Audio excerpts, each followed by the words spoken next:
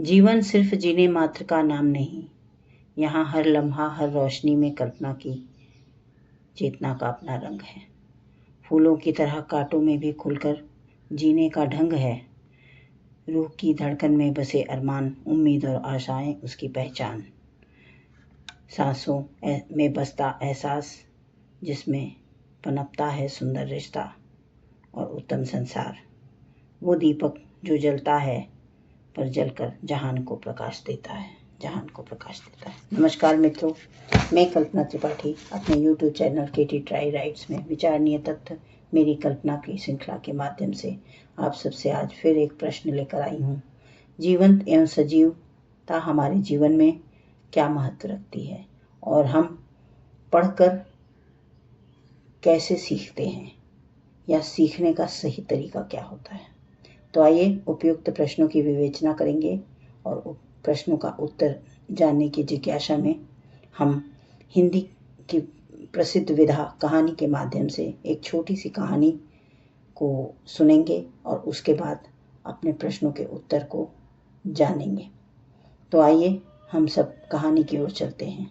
अगर आप सब मेरे चैनल पर नए हैं, केटी ट्राई राइट्स कलम के रंग कल्पना के संग में, तो आप सबसे विनम्र आग्रह है कि आप सभी मेरे चैनल को सब्सक्राइब करिए, बेल आइकन को दबाइए और कमेंट सेक्शन में जाकर मुझे अपने सुझाव और भी अच्छा परामर्श दे सकते हैं कि मैं अपनी मुहिम में और किस तरह के प्रश्न लाऊं और जिज्ञासा को अपनी शांत करूं। और साथ ही साथ मैं आप सबसे ये आग्रह भी करूंगी कि आप मेरे साथ जुड़िए और इस मुहिम को हम आगे तक ले जाते हैं और कुछ अच्छा सीखते सिखाते हैं। तो आइए चलते हैं कहानी की ओर।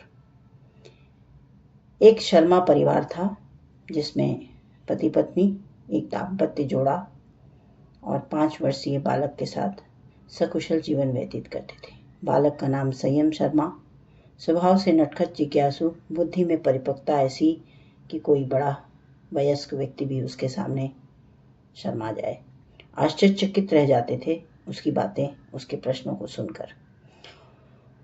दाम्पत्य जोड़े में जो संयम के पिताश्री थे, यानी पति पत्नी के रूप में जो पति थे, वो संजय शर्मा जी डाकखाने में सामान्य से कर्मचारी थे। सालाना 20,000 तक का उनका वेतन था। एक मध्यवर्गीय परिवार, सकुशल संस्कारी परिवार था जिसमें उनकी पत्नी अर्थात संयम की माताश्री जो संगीता शर्मा थी, विद्यालय में अध्यापिका के रूप में कार्य करती थी और वहीं पर उन्होंने अपने बालक का भी दाखिला कराया था ताकि उसकी देखरेख सुरक्षा की जिम्मेदारी वह बखूबी उठा सकें। परिवार में अन्य बड़े लोग जैसे बड़े भाई बहन, माता पिता, दादी दादा जो गांव में किसानी किया करते थे और उनका ख्याल, दवा पानी आदि की जिम्मेदारी भी इन्हीं दाम्पत्य जोड़े पर थी। ऐसी कुछ आर्थिक तंगी हुई कि अक्सर परिवार में आपसी सहयोग के साथ उस तंगी को पूरा करते थे। एक दिन रविवार को अचानक परिवार में कुछ नकद की आवश्यकता पड़ी। आप समझ सकते हैं कि जब संयुक्त परिवार होता है और कमाने वाला एक ही 2 लोग हों तो सब आपस में सहयोग करके परिवार को संभाल सकते हैं और आगे बढ़ सकते हैं। तो इस तरीके से संयम के पिता श्री संजय शर्मा जी ने डाकखाने में कुछ विकास पत्र जो 20-20 हजार रुपए की कराए थे उसे तोड़े और पिताजी को गांव पैसा भिजवा दिया और खेती बाड़ी में कार्य में उनकी सहायता की और जो भी उनका फर्ज भी बनता है। और साथ ही साथ प्रेम पूर्वक अपनी पत्नी से कहने लगे कि देखो 2-3 महीने काफ़ी तंगी में रहेंगे क्योंकि जो विकास पत्र मैंने तोड़वाया है उसको मैं पुनः वापस अपने पुत्र के भविष्य के लिए संचित करूंगा।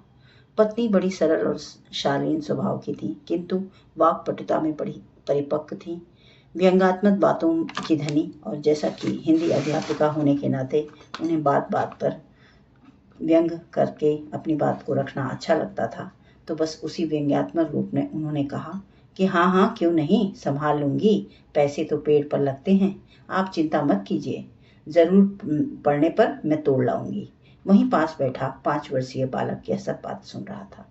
तभी वह अपने गुल्लक को तोड़कर 20 से 25 रुपए इकट्ठा किए थे और उसको निकालकर उसमें से उसने 2 रुपए और 5 रुपए के सिक्के को लिया और आंगन में मिट्टी खोदकर वहां पर उसने उसको बो दिया। प्रतिदिन वह उसकी सेवा करता। और परेशान रहने लगा। खाना पीना भी उसके लिए दूभर हो गया था, क्योंकि वह देखभाल कर रहा था और उसके मन में ये प्रश्न चल रहा था कि मैं इतनी देखभाल कर रहा हूँ, लेकिन कुछ मेरी सफलता मुझे प्राप्त नहीं हो रही है। यह सब देखकर माता पिता काफ़ी परेशान थे और सोचने लगे कि शायद अकेला बच्चा परेशान हो रहा है, कुछ दिन के लिए क्यों ना हम माता पिता जी को यहाँ बुलवा लें, जिससे इसका मन लग जाएगा और इसकी जिज्ञासा भी शांत हो जाएगी।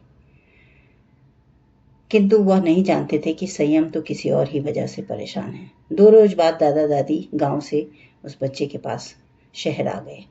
बच्चे ने दादा दादी को देखकर उसके चेहरे पर रौनक आ गई और वह खुशी खुशी दादा दादी का स्वागत करता है।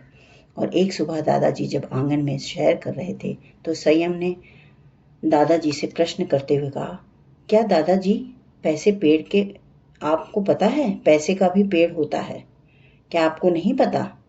माँ कहती है कि पेड़ पे पैसे होंगे तो मैं तोड़ लाऊंगी, लेकिन मैं बहुत दिनों से जमीन में सिक्के बोए हैं, पेड़ तो नहीं आया। दादाजी हंस पड़े और कहा, कहाँ बोया है पुत्र, चलो मुझे दिखाओ। बस पैसा का पेड़, चलो मैं भी देखना चाहता हूँ कि ये तुमने कौन सी खोज कर ली।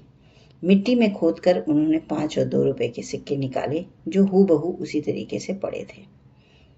तब दादाजी ने बच्चे को समझाया कि बेटा सिक्का जरूरी है, क्योंकि यह एक निर्जीव वस्तु है जिसका जीवंत से कुछ भी लेना देना नहीं, इसमें कोई प्राण नहीं है। ये फल ला सकता है, हम इससे बहुत कुछ खरीद सकते हैं, अपनी ज़रूरतें पूरी कर सकते हैं, किंतु इसको दोबारा उगा नहीं सकते, दोबारा प्राप्त नहीं कर सकते। जब ये एक बार खर्च हो जाता है तो ये खत्म हो जाता है। जैसे मेरे पास भी कुछ सिक्के हैं, मैं आपको इसको दिखाता हूँ। ये निर्जीव हैं, बार बार खत्म हो जाते हैं, लेकिन घर में हमारा जो खेत है, हमारे जो ज़मीन है, हमारे जो भूमि है, पेड़ पौधे हैं, ये कभी नष्ट नहीं होते। बस हमें इसका संरक्षण करना चाहिए, क्योंकि ईश्वर हमें ये वरदान के रूप में दिया है। अच्छा दादाजी, मैं समझ गया, सोना चांदी क्या है ये बताइए। सोना चांदी बेटा एक धातु है जो मूल्यवान तो होती है, इसके द्वारा आभूषण बनाते हैं, हम अपनी भौतिक वस्तुओं की आवश्यकताओं को पूरा कर सकते हैं, लेकिन इसको दोबारा प्राप्त नहीं कर सकते। वहीं धरती एक ग्रह है जहाँ पर हम रहते हैं, जीवंत है, जहाँ जीवन संभव है, क्योंकि वायुमंडल, मिट्टी, वनस्पति, जीव जंतु आदि एक निश्चित संतुलन में रहते हैं। संयम बोला, इसका मतलब दादाजी हमको धरती की सेवा करनी चाहिए, क्योंकि ये तो हमारी माँ की तरह हो गई, जो माँ जैसे हमारा ख्याल रखती है। सही कहा बेटा, यही बात है। जैसे माता पिता हमारा ख्याल रखते हैं, वैसे धरती और यहाँ की प्रकृति भी हमारा ख्याल रखती है। आओ इसको और अच्छे से समझते हैं।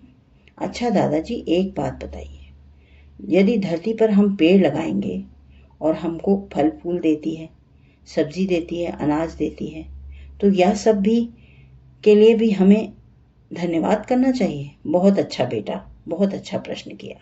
हाँ, प्रकृति में जो भी जीवंत है उन सब के लिए हमें धन्यवाद करना चाहिए। पानी में जीवन है, इसलिए पानी जीवंत है। पेड़ पौधों में हमें शुद्ध वायु देती है और हमारी हर आवश्यकताओं को पूर्ति करती है, और वह कभी नष्ट नहीं होता है, क्योंकि हम उसे उसके फल की बीज द्वारा पुनः उगा सकते हैं। समझ गया दादाजी, हमको पेड़ पौधे लगाना है, हम सबको जीवन बचाना है, धरती को स्वर्ग बनाना है। बहुत अच्छा बेटा। तभी अंदर से आवाज आती है, दादा पोते का वाद संवाद समाप्त हो गया हो तो भोजन के लिए आ जाइए। आप सभी को उपयुक्त कहानी के माध्यम से ये अवश्य समझ में आ गया होगा कि जीवंत का तात्पर्य क्या है। जीवन का असली तात्पर्य है कि जो हमें प्रकृति ने दिया है उसको हमें पुनः लौटाना होगा। यही एक प्रक्रिया है जिसको हमें संभालनी होगी। जीवन को समर्थन देने वाली जटिल प्रणाली की प्रक्रिया को संभालें। वृक्षारोपण द्वारा माटी का अस्तित्व बचा लें, माटी का अस्तित्व बचा लें। अभी अंत नहीं, आरंभ है। उपयुक्त कहानी के माध्यम से मैं भाषा के व्याकरण का अभ्यास हेतु 2 प्रश्न पूछना चाहूँगी, जैसा कि इस मुहिम अर्थात श्रृंखला का उद्देश्य है। तो आइए प्रश्न पूछती हूँ मैं। माता, पिता, धरती, वृक्ष, इसके दो दो पर्यायवाची आपको लिखने हैं। प्रश्न को समझ लीजिए। माता, पिता, धरती, वृक्ष, इसके दो दो पर्यायवाची आपको उपयुक्त कहानी के माध्यम से लिखने हैं और एक शब्द में अर्थ बताना है। वृक्षारोपण, समर्थन। समझ सकती हूँ कि आपको मेरी कहानी और कहानी के द्वारा पूछे गए प्रश्न अच्छे लगे होंगे। तो अपना, अपने परिवार का खूब ख्याल रखिए, समाज में अच्छा कल्याण कीजिए और ऐसे ही मेरी मुहिम के साथ जुड़ते रहिए, जिससे हम भी, आप भी कुछ अच्छा सिखा सकें, सीख सकें। धन्यवाद।